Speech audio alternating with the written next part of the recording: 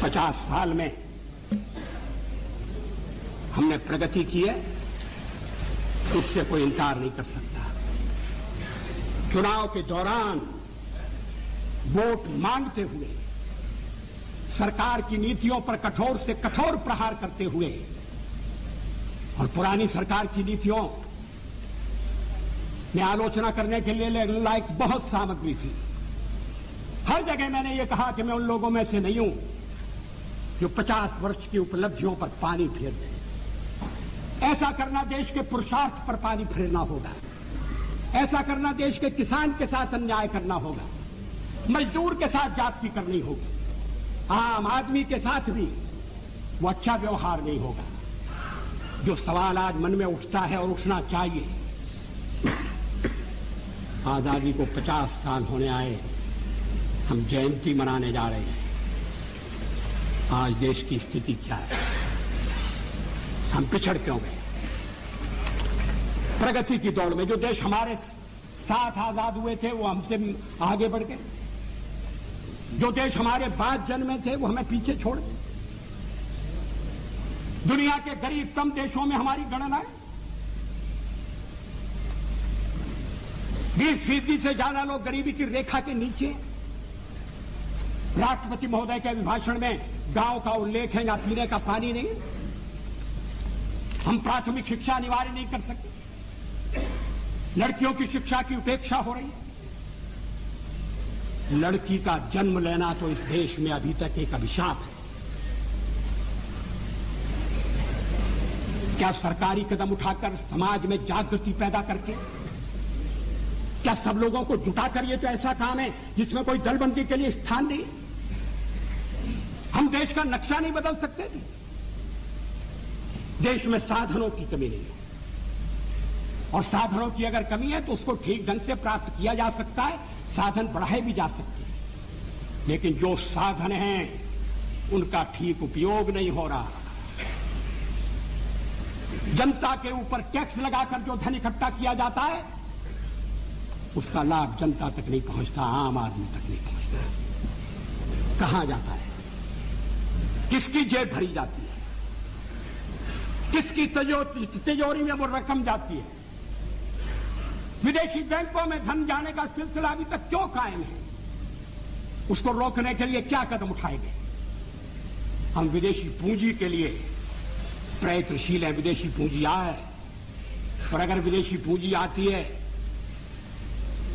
अच्छे ढंग की टेक्नोलॉजी के लिए, इंफ्रास्ट्रक्चर के लिए, आयात निर्यात को बढ़ाने के लिए, तो कोई आपत्ति नहीं करेगा। मुझे विश्वास है कि हमारे कम्युनिस्ट मित्र भी आपत्ति नहीं करेंगे। लेकिन क्या देश के भीतरी साधनों का अधिकतम उपयोग हो रहा है? क्या यह सच नहीं है कि भ्रष्टाचार एक राष्ट्रीय रोग बन गया है? मुझे याद है स्वर्गीय राजीव गांधी ने एक भाषण में कहा था कि मैं दिल्ली से 1 रुपया भेजता हूं, मगर जहां रुपया भेजता हूं वहां पहुंचते पहुंचते 19 पैसे रह जाते हैं। मैंने उनसे कहा कि ये चमत्कार कैसे होता है? भास्कर कहने लगे कि जब रुपया चलता है तो घिसता है। रुपया घिसता है, हाथ में लगता है, जेब में जाता है, छोटा हो रहा है। रुपए को पहचानना मुश्किल है। रुपया अंतर्ध्यान हो सकता है। ये देश के सिक्के की स्थिति अच्छी नहीं है। एक तो सरकारी खर्चा बढ़ गया, बढ़ता जा रहा है। उसको बिना कम किए, और कम करने के लिए आम सहमति चाहिए, सर्वदलीय सहयोग चाहिए। कोई एक दल ये काम नहीं कर सकता। हाँ, हमारे पुराने प्रधानमंत्री नरसिंह राव जी अगर अपने को स्थिर करने के बाद इस दिशा में थोड़ा प्रयत्न करते तो सफल होते, लेकिन वो कुछ ऐसे कामों में उलझे रहे कि ये समस्याएं ध्यान नहीं खींच सकी। बार बार इस चर्चा में एक स्वर सुनाई दिया है कि वाजपेयी तो अच्छा है मगर पार्टी ठीक है।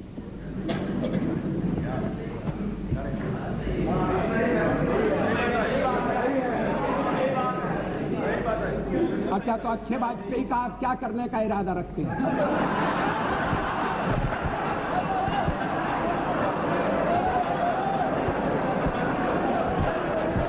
लेकिन पार्टी तोड़कर सत्ता के लिए नया गठबंधन करके